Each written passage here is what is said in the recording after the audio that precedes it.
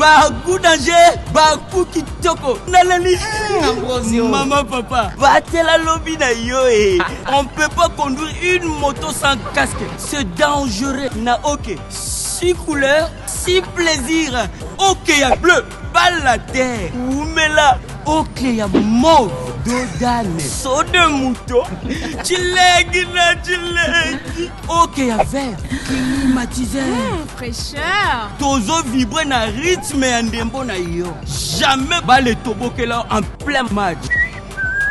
La beauté du fruit, c'est par sa saveur. C'est intéressant. Oui, c'est intéressant. Ok. Ok Condom, 6 couleurs, 6 plaisirs. Bonjour mesdames, bonjour également à vous messieurs et bienvenue dans cette édition spéciale de la santé, de la reproduction chez la jeune fille, eux-mêmes chez la jeune garçon. Nous recevons aujourd'hui sur ces plateaux Madame Francine Gassigua.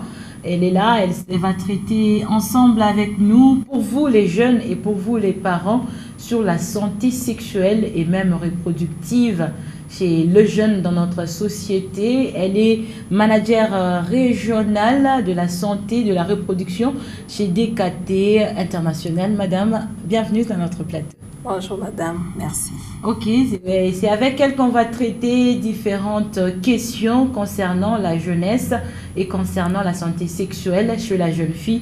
Et déjà, avant de commencer certaines questions, nous allons aborder les différentes statistiques, madame, par rapport à des femmes, à de jeunes filles annuellement, les femmes qui tombent enceintes par année. C'est déjà combien?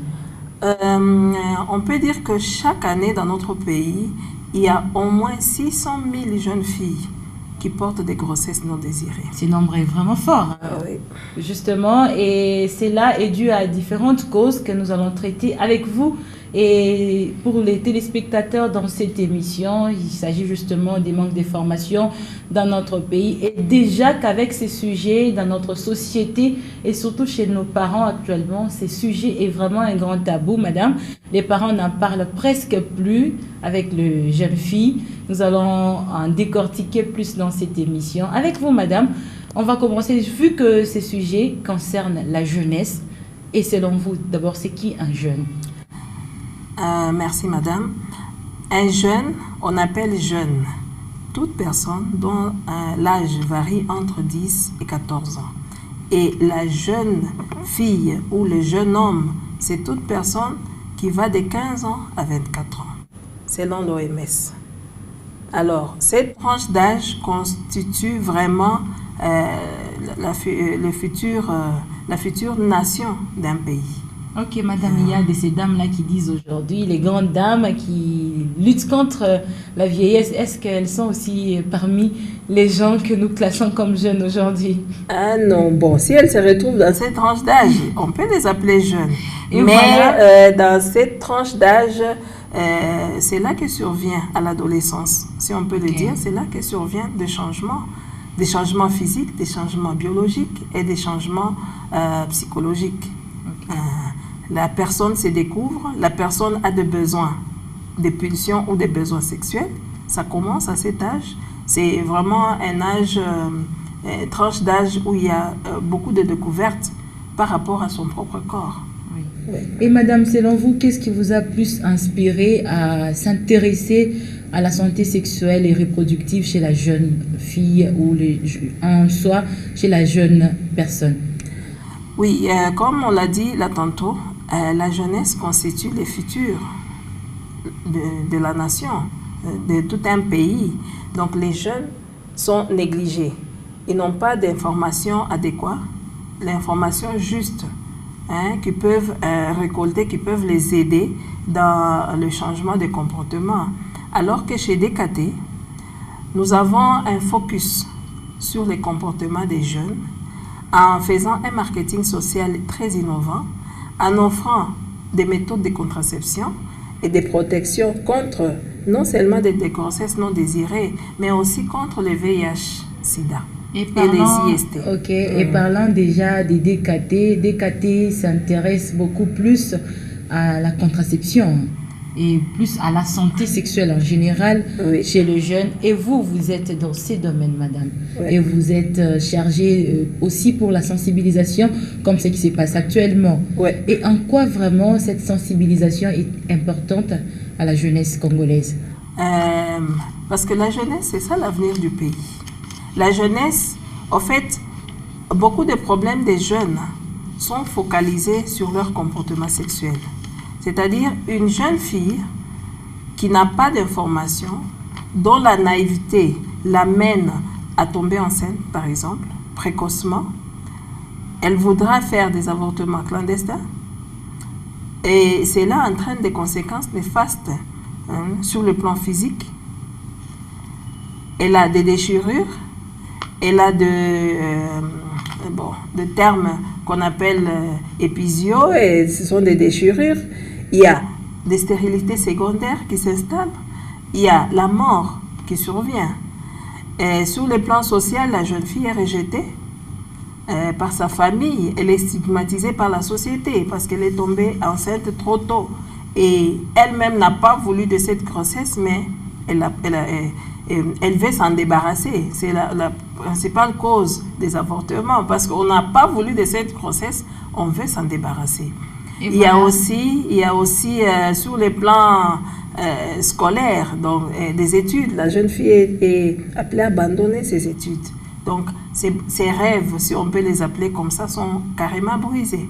Et voilà, madame, vous venez de soulever un point très important. Il s'agit justement de la grossesse. Alors, vous avez parlé de la grossesse non désirée chez les jeunes. Et supposons que la jeune fille est déjà enceinte précocement. Est-ce que vous pouvez avoir une idée pour dire aujourd'hui à nos téléspectateurs quelles sont les différentes raisons qui poussent une jeune fille à tomber enceinte précocement? Oui, merci madame. On peut dire que les principales causes des grossesses non désirées, c'est plus la pauvreté, l'ignorance. L'information ne circule pas. Les jeunes doivent être vraiment sensibilisés. On doit parler de la sexualité dans la famille, à l'église, dans les écoles.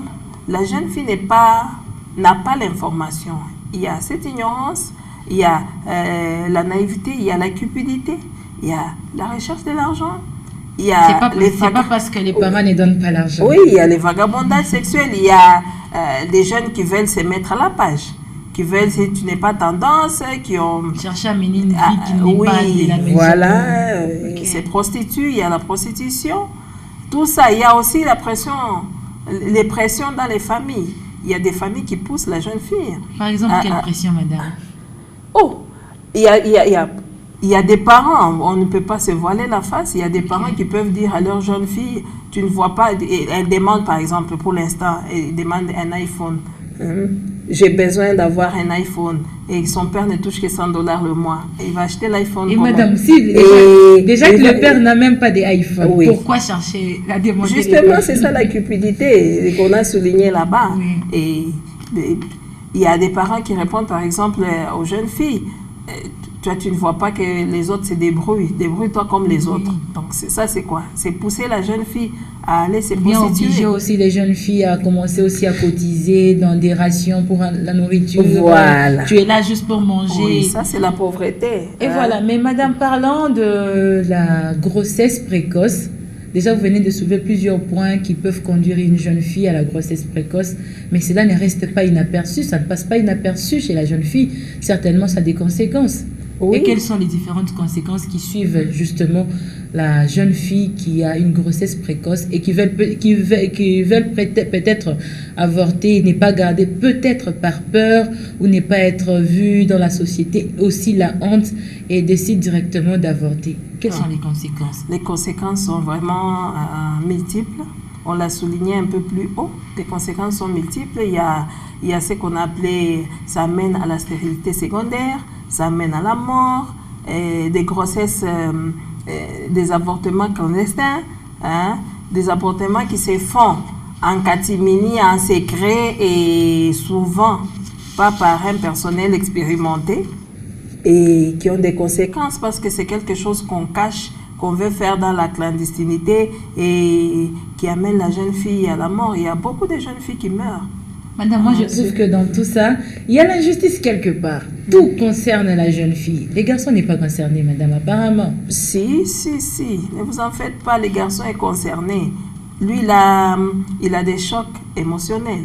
Il a des chocs, il a des conséquences psychologiques. Il n'était pas préparé à faire face à beaucoup des responsabilités d'un coup.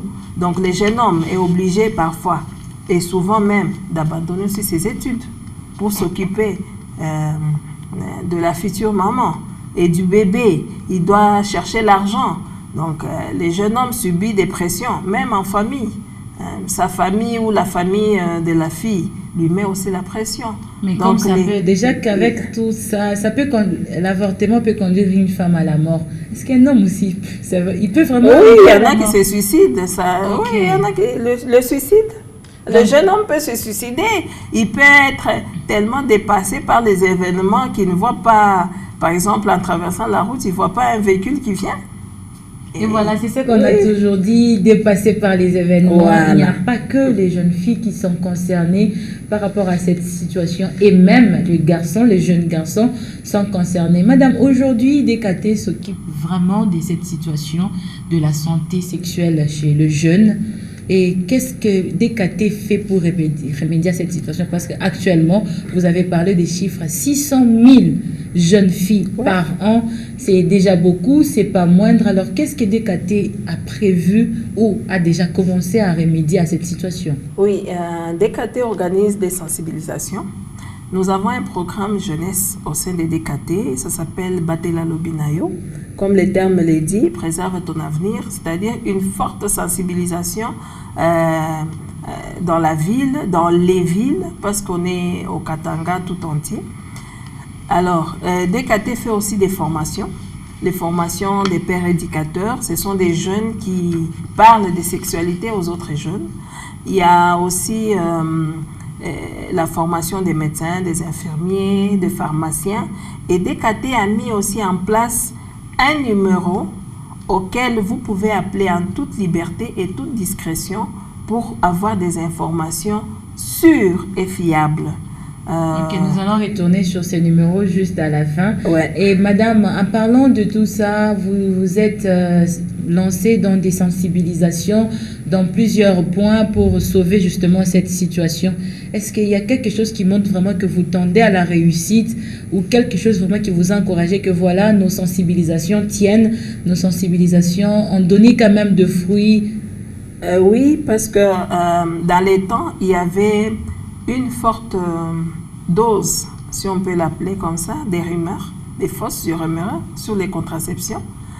Avant, on ne pouvait jamais penser qu'une jeune fille, prenons une jeune fille de 20 ans ou de 18 ans, qui peut prendre une méthode contraceptive pour ne pas tomber enceinte. Avant, l'idée c'était la contraception, c'est pour les femmes mariées ou les femmes libres. Voilà. Maintenant, là, avec la sensibilisation, c'est-à-dire le terrain était tellement vide d'informations qu'il fallait vraiment faire beaucoup du bruit et beaucoup de travail. C'est ce que nous sommes en train de faire tous ces temps. On sensibilise, on continue à faire la sensibilisation et on est partenaire avec beaucoup de cliniques qui reçoivent non seulement les jeunes, mais toutes les femmes en âge de procréer. Afin d'avoir des informations sûres. Avec les formations qu'on donne aux médecins, on donne aux infirmiers, ils sont à mesure de donner des bonnes informations à tous ceux qui s'approchent, qui veulent avoir des informations, qui vont dans les cliniques. Et là, la mentalité est en train de changer petit à petit. Bien sûr, on ne deviendra pas comme la France, d'ici là, mais le travail s'est fait sur terrain et voilà. Ça continue à avancer. Ok, et madame, parlons des différentes méthodes contraceptives que vous utilisez pour toucher vraiment ou sauver la santé sexuelle chez les jeunes. Ces méthodes-là n'ont pas de conséquences? Si, comme tout médicament, il y a des effets secondaires.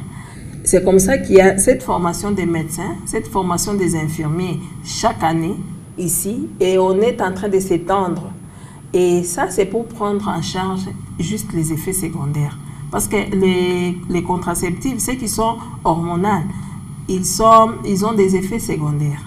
Juste des Peut-être effets c'est la secondaires. cause que les jeunes filles n'aiment pas utiliser, ça aide Non, à c'est- faire tomber enceinte. Non, justement. Et quand Justement, est-ce que il y ça a a des, vraiment il y a, des il y a des conséquences? méthodes, il y a des méthodes contraceptives hormonales et non hormonales. Il ne faut pas se voiler la face. Les jeunes sont sexuellement actifs partout. Et c'est vraiment un sujet que beaucoup d'adultes Ne veulent pas aborder. ne veulent pas aborder. Ils se disent, par exemple, tout au début, quand on a commencé avec les programmes jeunesse, beaucoup de gens nous disaient, non, vous allez encourager les jeunes à avoir Je des sais que tout le rapports monde sexuels. dit que tu encourages la vous jeunesse. encouragez en vendant, en mettant vos produits, vous encouragez. Moi, je dis non. Au contraire, nous informons parce que vous croyez que les jeunes ne sont pas actifs sexuellement. Parce que les sondages de 2016 à 2017 ont montré que 18% ou 20% des jeunes ont leur premier rapport avant 15 ans. Vraiment. Oui, avant 15 ans. Voyez, avant 15 ans jusqu'à ce qu'ils iront dans leur foyer et combien ils ont eu des relations. Et en dehors des DKT, madame, il y a plusieurs organisations qui s'occupent des méthodes contraceptives chez les jeunes. Et vous pouvez évaluer en pourcentage les taux de réussite chez les jeunes filles, tout comme chez les jeunes garçons. En tout cas, les jeunes gens, les adolescents qui acceptent de prendre, c'est pas facile d'abord, hein, qu'un jeune accepte, c'est à cause justement de la mentalité.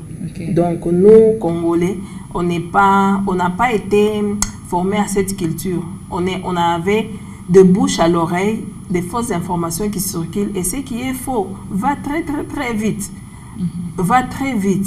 Alors, les taux de réussite, si par exemple nous prenons la sensibilisation dans la ville, où il y a 2 millions de personnes et qu'il y a 500 000 jeunes filles. Bon, ceux qui veulent accepter de prendre les méthodes, ceux qui veulent accepter, c'est-à-dire ceux qui prennent conscience vraiment, il y en a qui prennent conscience, mais accepter d'aller prendre les méthodes, on va dire non, tel médecin va voir que moi aussi j'ai fait, moi aussi j'ai des rapports, moi aussi j'ai fait. Non, ce n'est pas un problème. Le problème c'est quoi? C'est changer cette mentalité. Nous sommes en train de monter. Le taux de réussite est en train d'être prouvé sur terrain. Parce qu'il y a vraiment des jeunes filles à 18 ans. Elles se disent, bon, j'ai des relations, j'accepte que j'ai ces relations et j'accepte la méthode pour ne pas tomber enceinte. Parce que les conséquences, c'est quoi? Vous êtes ignorant, vous êtes ignorante, vous tombez enceinte et vous ne voulez pas de cette grossesse. Et la conséquence, vous cherchez à avorter. Et le meilleur moyen de vous faire avorter, c'est d'aller vers les charlatans. Et les charlatans, là, ils vous charcutent et vous entendez, non, telle jeune fille est morte, telle jeune fille... Parce que là, ça a même des répercussions spirituelles. Voilà, cette telle jeune fille n'a plus d'enfant dans son âge adulte. Quand elle est chez elle, elle n'a plus d'enfants, c'est-à-dire ça a été fait vraiment de la mauvaise manière possible. Au lieu de tuer les enfants, au lieu d'avorter, mieux vaut ne pas tomber enceinte. Et voilà, fidèles téléspectateurs, vous êtes en train de nous suivre dans cette édition spéciale. Nous avons reçu Madame Francine qui est chargée de la santé reproductive, comme vous l'avez entendu vous-même sur ces plateaux. Et cette journée, c'est une journée en fait internationale de la sensibilisation des jeunes sur la santé sexuelle et reproductive qui est célébrée à l'échelle mondiale, madame, chaque 12 février. Et aujourd'hui, on a vraiment fait un focus, nous avons braqué nos projecteurs justement sur les jeunes et sur les méthodes contraceptives. Et voilà, elle est des DKT, elle est concernée justement par rapport à cette situation de la santé sexuelle chez la jeune fille et même chez la jeune garçon qui n'est pas exclue. Et madame, nous tendons déjà vers la fin de cette émission. Nous avons essayé de balayer quelques questions par rapport à la grossesse précoce, à l'avortement ou à différents problèmes qui peuvent conduire la jeune fille à rencontrer certaines situations dans la vie. Et vous êtes des DKT, vous êtes dans ce domaine.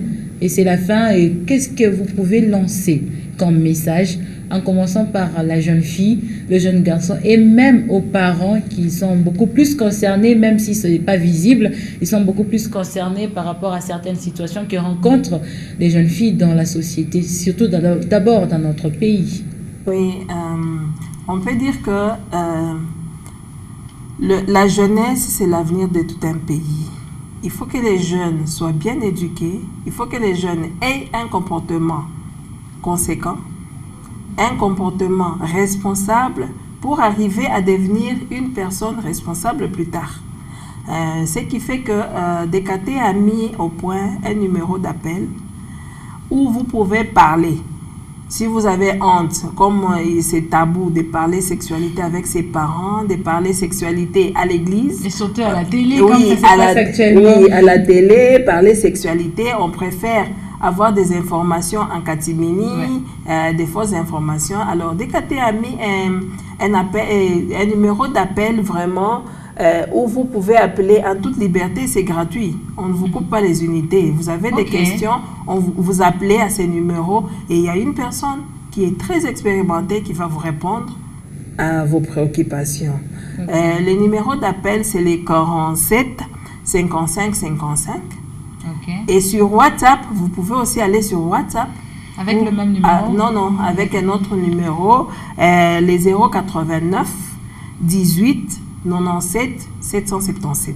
Ah voilà, d'accord. Madame, vous allez répondre le numéro. Il y a certainement certaines personnes qui viennent d'arriver et qui étaient en train de prendre le numéro et qui n'ont pas fini. Vous pouvez répondre. Les numéros d'appel, c'est les 47 55 55.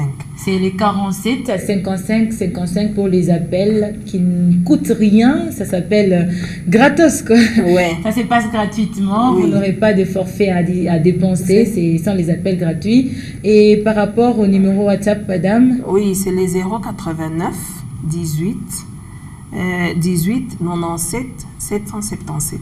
089 18 97 777. Et voilà, là c'est pour ceux qui veulent avoir les informations à huis clos. Ça se passe sur WhatsApp. Comme déjà ça a toujours été un sujet tabou pour la jeunesse congolaise. Et voilà, nous sommes à la fin de cette émission. C'était juste une émission spécialisée en rapport avec la journée de la sensibilisation de la santé sexuelle et reproductive. Et nous avons reçu Madame Francine qui va lancer un tout dernier mot pour dire au revoir à vous, fidèles téléspectateurs. Au revoir, au revoir.